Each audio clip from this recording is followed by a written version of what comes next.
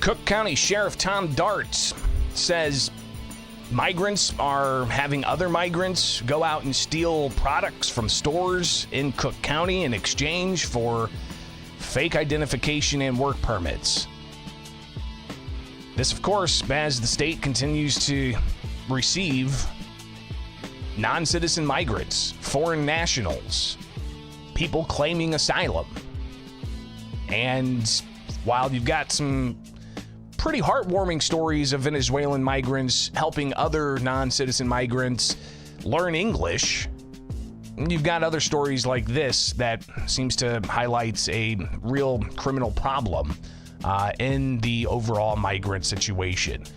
So let's get into this. Bishop on air with you each and every weekday morning. Thanks for hanging out. Tom Dart, Sheriff of Cook County, had a news conference yesterday. And this is just a sampling of what he had to say. And of course, we'll talk a little bit more about it on the other side. The strategies were a little bit different depending on what we were dealing with.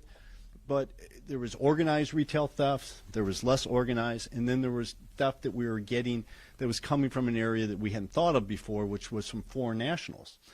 So we started putting strategies together, foot patrols, analytics, more data-driven than the past, but also working on the internet side of it, because we knew when people were stealing this, they were reselling it at different locations, but a lot of it was being done on the internet.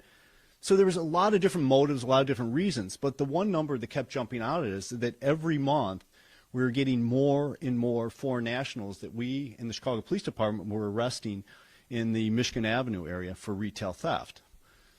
We started pursuing these cases on many levels, not just the criminal charge of it, but to find out what, if anything, was going on beyond the obvious.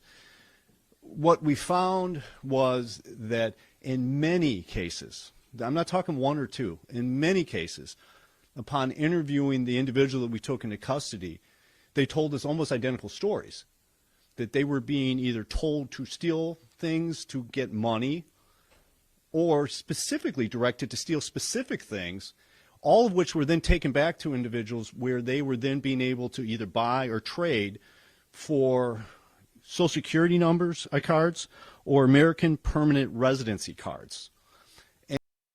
Again, you've got this issue of migrants telling other migrants to go steal in exchange for money or in exchange for fake work permits, fake ID permits. And he said that these crimes are low-level crimes, and those committing the crimes are being arrested and they're being released because many times it's just a misdemeanor. The others, though, who are telling these migrants, what he said were Mexican foreign nationals telling these Venezuelan migrants to go steal in exchange for money or in exchange for fake work permits or fake IDs. These three Mexican foreign nationals they arrested have been charged with, class 4, class 3 felonies.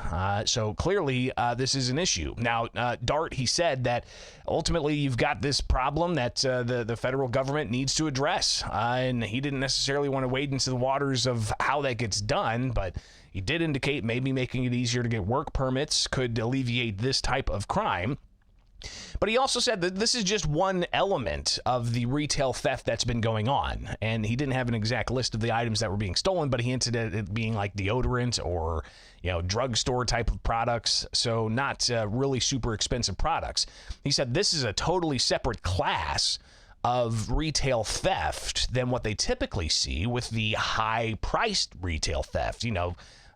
Designer brand stores being crash and grabbed and those types of things happening more and more. But Dart saying that more and more since about March of last year, they've seen migrants getting arrested for retail theft. They did an undercover operation to determine how this is happening, and then you've got them uncovering that they're being told to steal items by other migrants, and these non-citizens from Venezuela, he indicated, are going out and stealing. And a lot of times he even said there's been one instance where somebody would walk into a store and the store wouldn't do anything. They wouldn't put hands on anybody. They just watch somebody steal stuff, and the person would go in and steal and walk out and then go back in later in another day and come out with goods, and one time even apparently waving at the employees. So it's rampant, and it's something that he said is they have covered and hopefully are putting a stop to. But it comes down to the policy decisions that are going to be made in Washington, D.C. So that's an interesting story out of Cook County. But Governor J.B. Pritzker, he was asked yesterday about the migrant situation and what exactly the state's going to continue to do to alleviate the ongoing issues. We're going to have to continue to manage the influx of migrants to the city would be my expectation. And so as partners with the county, with the state, the city is going to have to be right there at the table, as they are now, to make sure that we're serving the needs of those who, in this humanitarian crisis, need our help. So the governor, again, just really saying, hey, they're going to work together with the county, with the federal government, and the city to continue to provide help to these migrants. But the crime situation, at least what Tom Dart had indicated yesterday out of the Cook County Sheriff's Office, raising some continued concerns about the whole situation and how this is going to get sorted out in the end. Well, I guess we'll wait and see what Congress does. But that plan that they have they're floating around seems to be dead on arrival in the U.S. House. So clearly, the impact continues in Illinois. Not just the humanitarian toll, not just the taxpayer cost toll, but now you've got stories of crime where migrants are telling other migrants to go steal things in exchange for fake IDs, fake work permits, and more. So that's a whole new level here. We'll continue to stay on top of that as well. It's Bishop on Air. Thanks for hanging out each and every weekday morning. Like, subscribe, and hit that notification bell, all right?